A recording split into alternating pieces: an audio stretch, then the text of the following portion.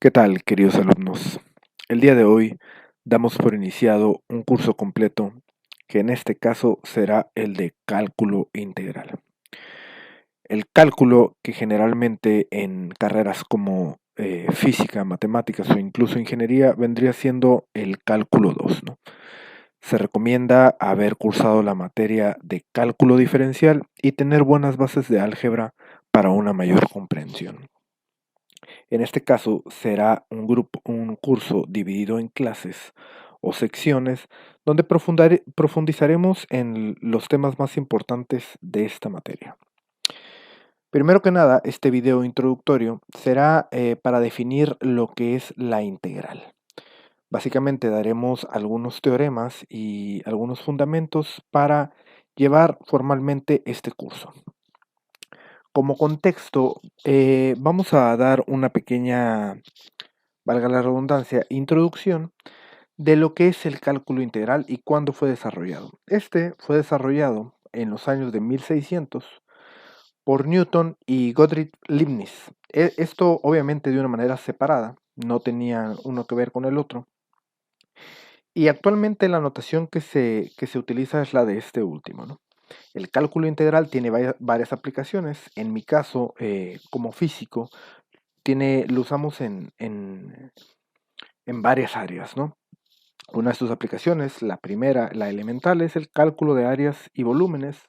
Podremos calcular la masa y como ya dije, en física se usan mucho las integrales definidas, ¿no? Un ejemplo de ello pueden ser usadas para resolver problemas de movimiento, ¿no? Por ejemplo, para determinar la posición de un objeto en movimiento dada cierta información sobre la velocidad, ¿no? Entonces, aquí vamos a dar por terminado esta parte de reseña histórica para empezar ya a definir ciertas cosas, ¿no? Como primer enunciado, con lo que vamos a empezar este tipo de definiciones, vamos a colocar lo siguiente, ¿no? Igual lo voy a ir anotando por escrito y vamos a ir haciendo ciertos comentarios al respecto, ¿no? Lo primero que vamos a definir aquí va a ser lo siguiente, ¿no? Vamos a poner la integral formaliza un concepto simple e intuitivo, y esto es el de área. Con esto vamos a comentar, por ejemplo, en geometría elemental se deducen las fórmulas de las áreas, ¿no? La mayoría de estas son figuras planas, ¿no? Raramente se usa una definición aceptable de área, ¿no? En muchas ocasiones, el área de una región se define como el número de cuadrados, o sea, imagínense un cuadrado con lados de longitud 1 que pueden incluirse en ciertas regiones, ¿no? Vamos a esquematizarlo con un pequeño ejemplo, ¿no? Entonces, como decíamos, vamos a ejemplificar eso que acabo de decir. Vamos a dibujar en este caso un cuadrado de lado 5, apoyándonos en la cuadrícula que tengo aquí. Imagínense que por lado mide 5 unidades, ¿no? Lo voy a especificar aquí con azul. Esto va a medir 5 unidades. Esta es nuestra figura que queremos calcular el área. Luego vamos a agarrar un cuadrado de lado 1 de la lado unidad y esto mide 1 unidad. Entonces, eh, como acabamos de mencionar que el área se calcula con el número de cuadraditos, en este caso del lado 1, el número de veces que quepa va a ser el área de la región aquí señalada, ¿no? Entonces, ¿cuántos van a caber? Pues obviamente caben 25 de estos cuadraditos, ¿no? Y así podemos, en este caso lo voy a ejemplificar aquí, caen 25 unidades, ¿no? Esta podría ser una primera definición de área, ¿no? Hay que hacer una pequeña aclaración, ¿no? Esto que acabo de hacer solo es adecuado para regiones simples, ¿no? No se puede aplicar, por ejemplo, a un círculo de radio 1, ¿no? ¿Cuál sería el área de un círculo de radio 1? Pues pi, ¿no? Y Eso lo voy a ejemplificar si no queda muy claro con lo siguiente, ¿no? Imaginemos en este caso un círculo de radio 1 y ya sabemos que el área del círculo, pues, ¿cuál es? Pi por radio al cuadrado, ¿no? Entonces, si el radio en este caso es 1, pues, ¿qué nos queda? Pi por 1 al cuadrado, ¿no? Que eso es pi por 1 es igual a pi. Eh, entonces, esto no va a quedar nada claro qué significa pi en términos de un cuadrado, ¿no? Pi cuadrado en este caso, ¿no?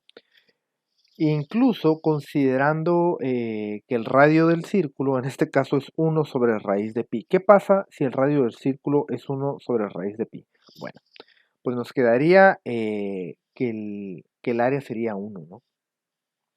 Entonces, es difícil decir de qué manera un cuadrado del lado unidad puede encajar en este círculo, ya que no parece posible dividir este unitario en partes que podamos hacer que formen el círculo en su totalidad, ¿no? Entonces, para esta sección vamos a definir en este caso áreas de regiones muy específicas y aquellas que estén limitadas por el eje horizontal, ¿no? El eje X, vaya. Vamos a hacer lo siguiente. Bueno, por ejemplo, voy a poner aquí, por ejemplo, vamos a dibujar. En este caso voy a dibujar una grafiquita en 2 dimensiones. Y vamos a dibujar aquí una función, ¿no? Una función cualesquiera, ¿no? En este caso lo voy a denotar por esta línea verde. Esta función está acotada sobre el eje X en el intervalo de A a B, ¿no? Entonces aquí pongo este punto que va a ser mi coordenada 0 y este otro punto final B0, ¿no? Entonces esta que estoy señalando aquí es la función y la región acotada, todo lo de adentro, lo voy a llamar mi región R, ¿no? En este caso lo voy a anotar así, R, F, A y B, ¿no? De A a B. Y voy a poner lo siguiente, ¿no?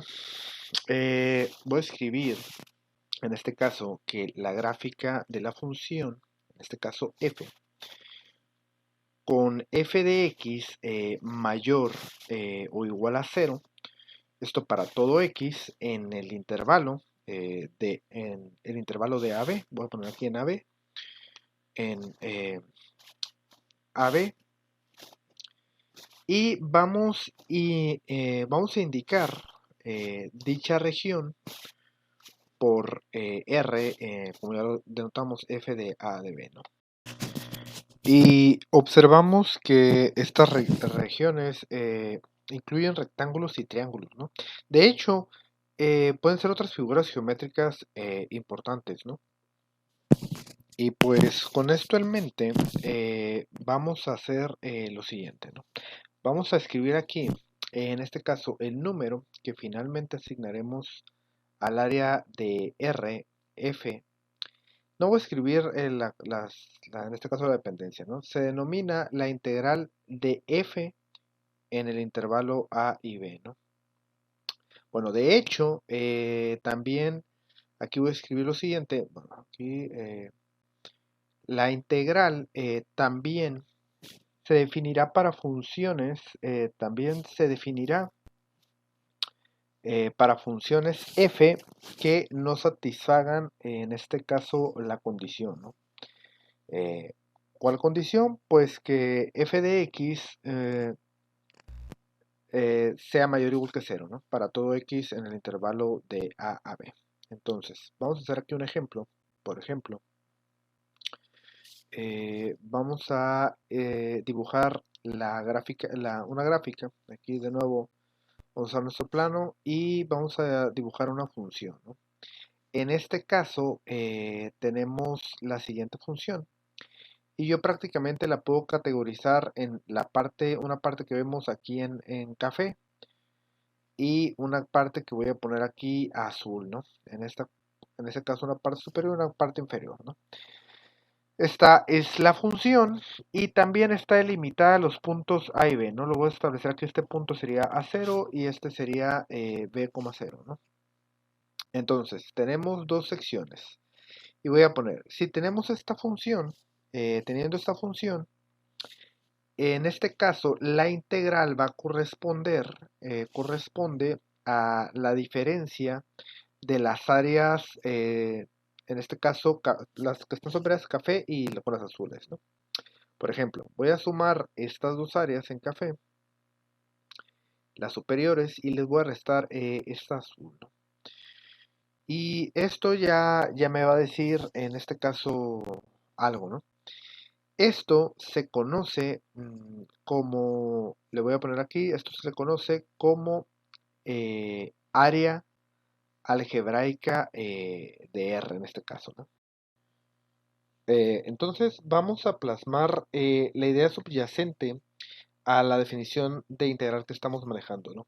Vamos a empezar a ver lo que se conoce como la suma de Riemann y consiste básicamente en segmentar las áreas por medio de rectángulos. Incluso se puede a través de varias figuras geométricas en este caso, pero vamos a usar el rectángulo, ¿no? Que es la más conocida.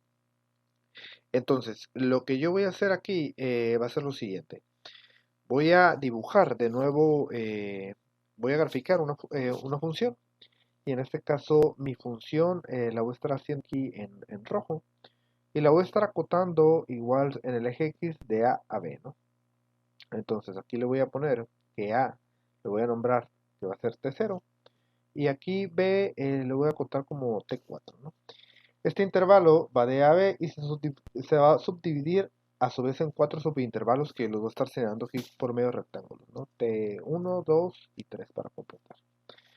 Entonces, estos rectángulos son equidistantes, van a tener cierta altura también. Por ejemplo, el primer rectángulo va a tener una altura M1 minúscula, que ahorita la voy a estar acotando.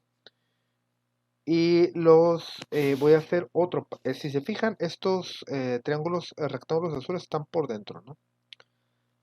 No llenan completamente, en este caso, la función, ¿no? Estos verdes ya evidentemente completan, incluso les sobra espacio, pero esto va a ser parte del concepto, ¿no? Esto va a tener una altura M mayúscula, MI, que en este caso irá de 1 a 4, ¿no? M mayúscula las alturas verdes y M minúsculas azules. Entonces, con esto en mente,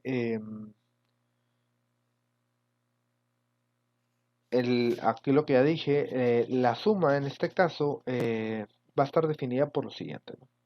Vamos a tener que el primer intervalo T0, T1, la función tiene un valor de M1, ¿no? Entonces lo voy a ejemplificar aquí. Este va a ser M1 minúscula, la altura azul, y este lo voy a poner M1, y la altura verde, en este caso M1 mayúscula, ¿no? Va a haber M1, M2, M3 y hasta M4. Entonces aquí la suma va a estar definida, en este caso, por M1, por la primera distancia, ¿no? Que es de T1 a T0, ¿no?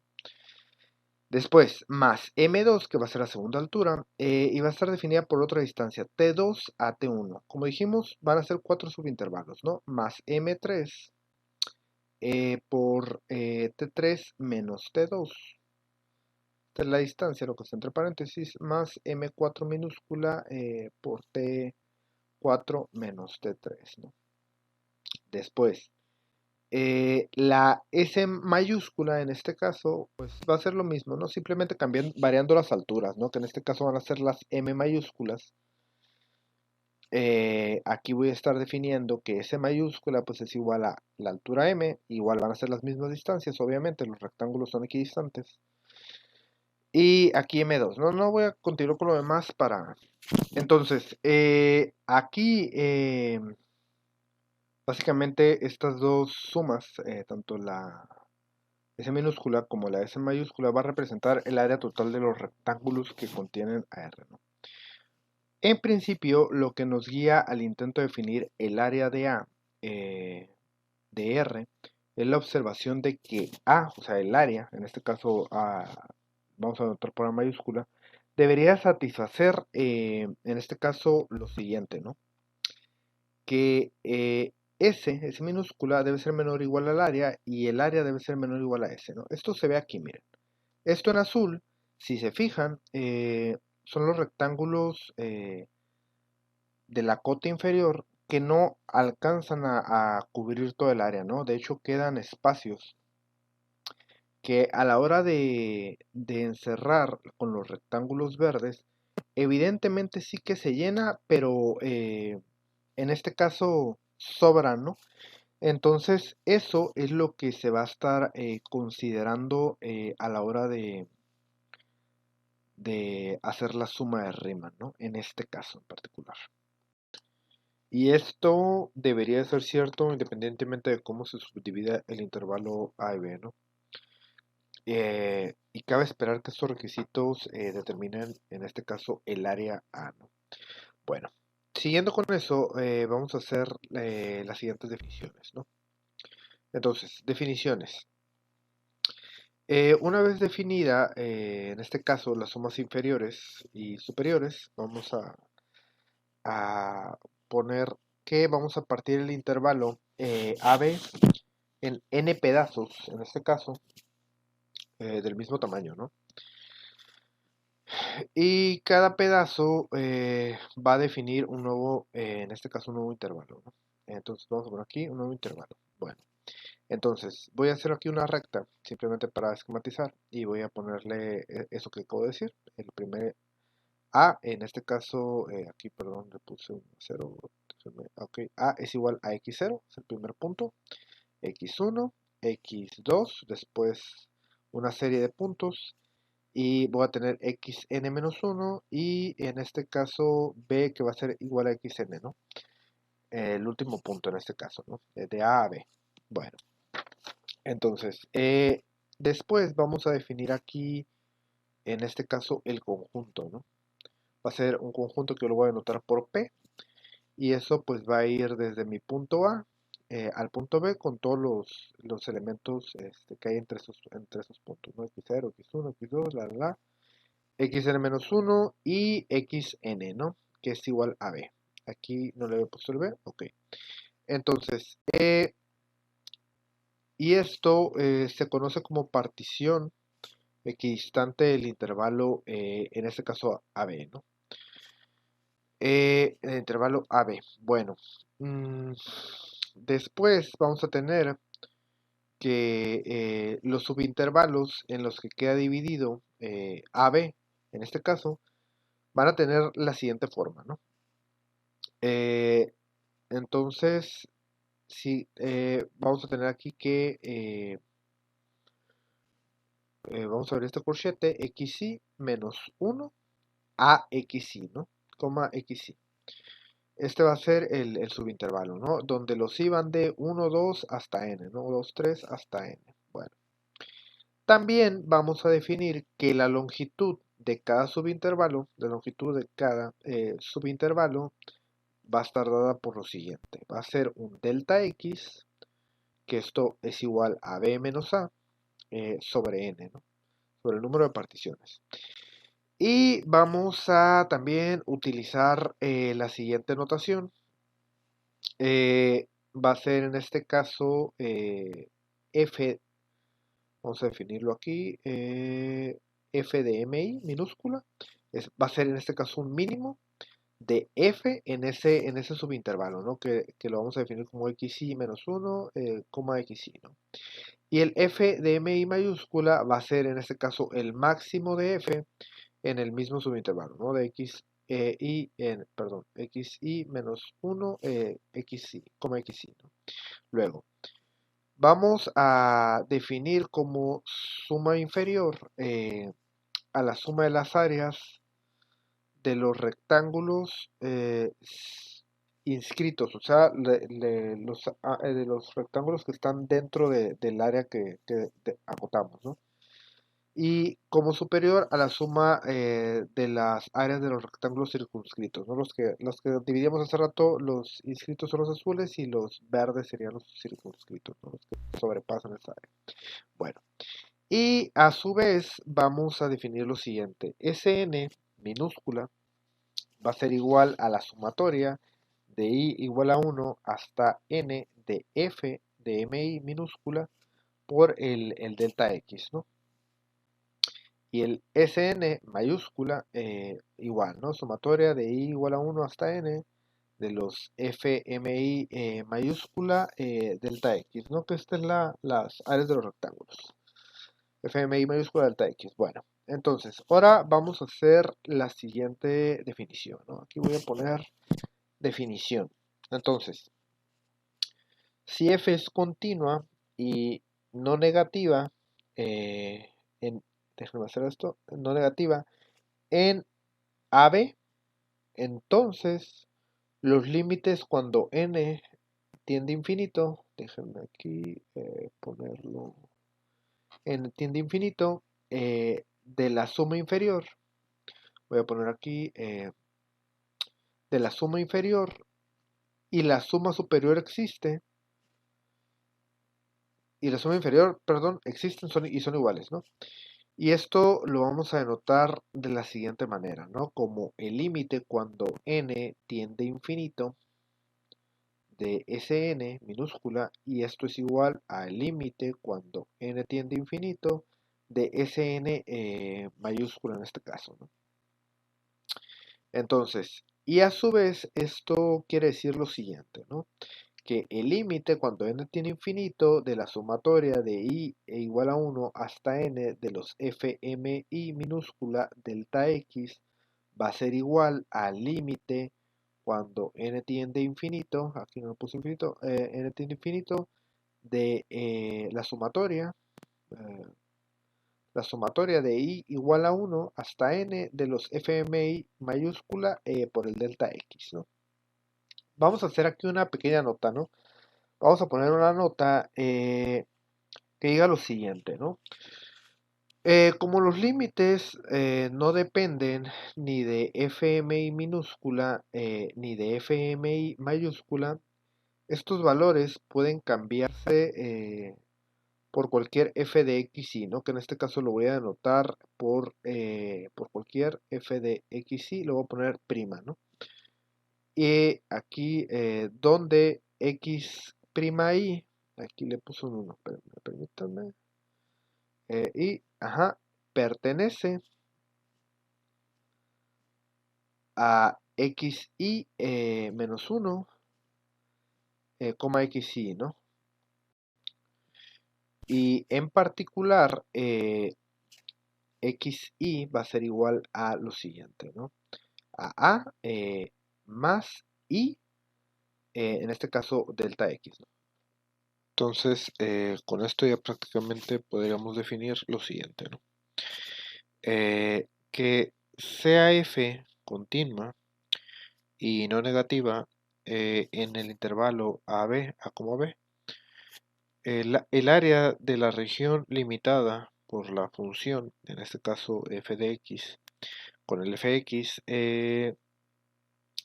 en A y B va a estar en A y B va a estar dada por lo siguiente, ¿no? Y aquí yo voy a definir esto, ¿no? El área va a ser igual a el límite cuando n tiende a infinito de la sumatoria de i igual a 1 hasta n de los f de x' i por en este caso un delta x, ¿no? Y con esto, básicamente, lo que podemos concluir es que la integral es una generalización, en este caso, de la suma de prácticamente infinitas particiones o particiones, en este caso, infinitesimalmente pequeñas, ¿no? Y esto es básicamente lo que sería el concepto de, en este caso, de la suma de Riemann para explicar integrales, ¿no? Ahora vamos a escribir lo siguiente, ¿no? Que es de interés, ¿no? Vamos a poner algunas sumas, ¿no? Que vamos a estar utilizando, de hecho, para resolver ejercicios de cálculo de áreas, ¿no? La primera sumatoria va a ser de i igual a 1 hasta n de i, ¿no? Y esto se va a denotar como, en este caso, n por n más 1, en este caso, sobre todo eso sobre 2, ¿no? La segunda sumatoria, voy a poner solamente 4 que van a ser las más utilizadas, ¿no? Igual a 1 hasta n de i cuadrada, ¿no? Y esto se va a denotar como n por n más 1 por 2n más 1, todo esto sobre 6, ¿no? La tercera va a ser la sumatoria de i igual a 1 hasta n de i al cubo, ¿no?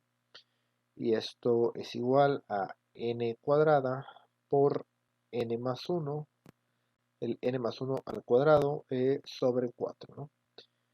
Y por último, la cuarta sumatoria es de i igual a 1 hasta n de i a la cuarta, y esta se denota como n por n más 1 por 2n más 1 por 3n al cuadrado más, en este caso, 3n menos 1, y todo eso entre, aquí, todo eso entre 30.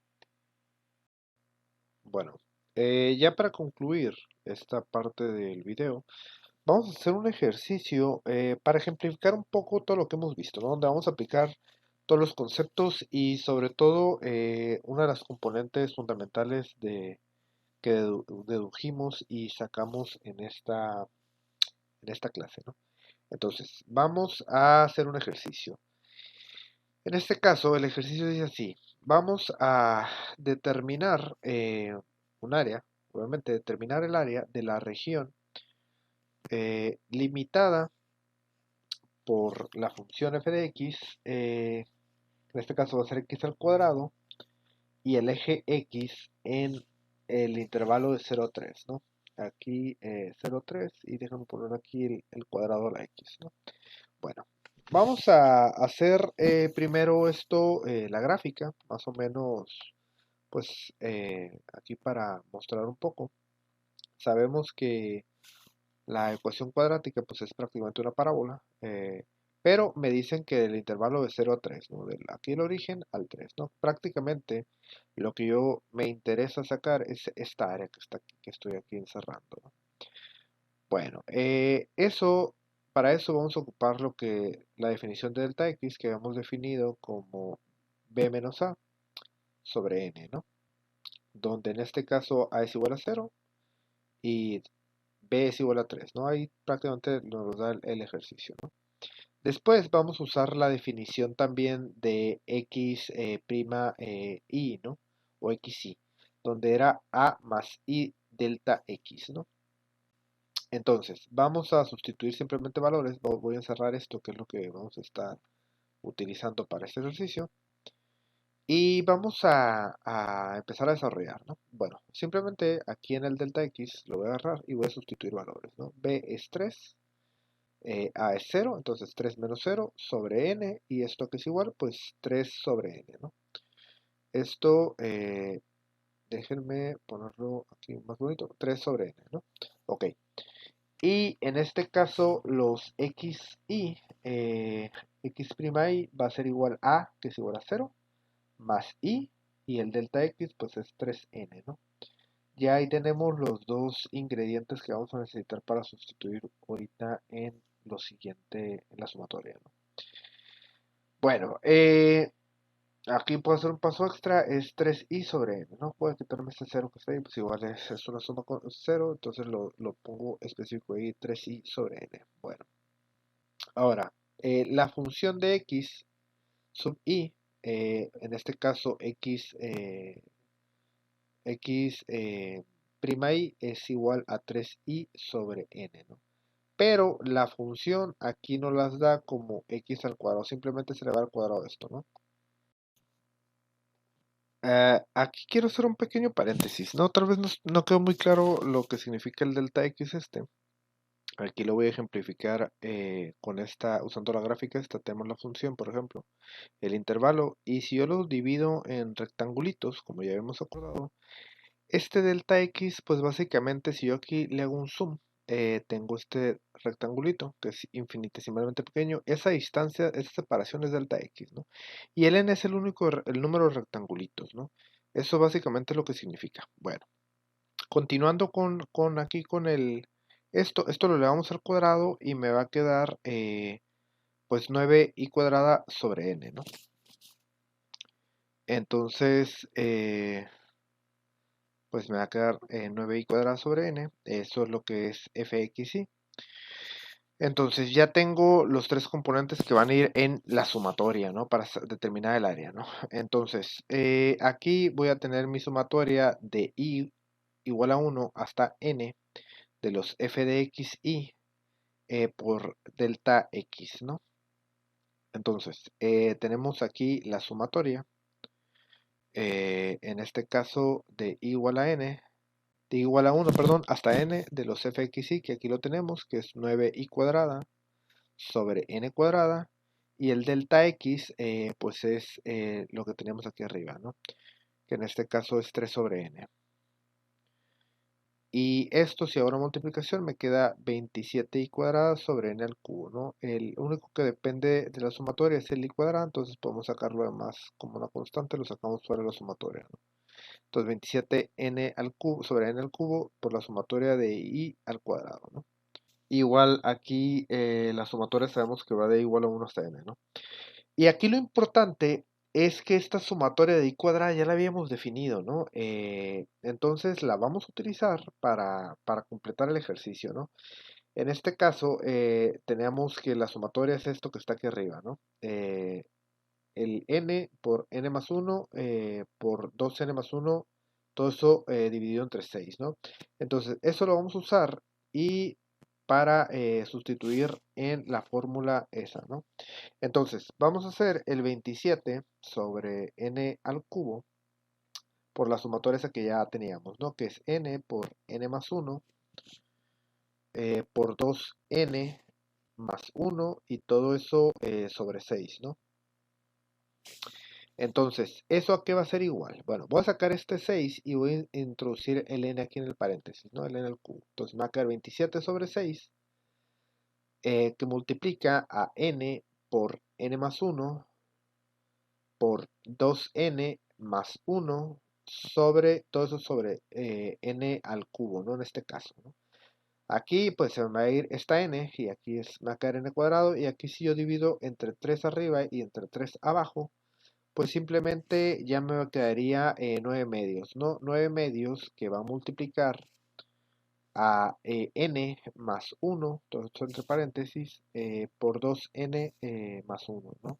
Y todo eso sobre n cuadrada. Bueno, desarrollo lo de arriba y me queda 9 medios sobre, en este caso, 2n cuadrada más 3n más 1 sobre n cuadrada, ¿no? Si yo divido cada término, pues me va a quedar lo siguiente, ¿no? Me va a quedar 9 medios por 2 más 3 sobre n más 1 sobre n cuadrado, ¿no? Y ahora sí ya puedo sacar el área simplemente aplicando el límite, ¿no? Cuando n tiende a infinito. Entonces, el área va a ser igual a el límite cuando n tiende a infinito de lo que está entre paréntesis, ¿no? 2 más 3 sobre n más 1 sobre n al cuadrado, ¿no?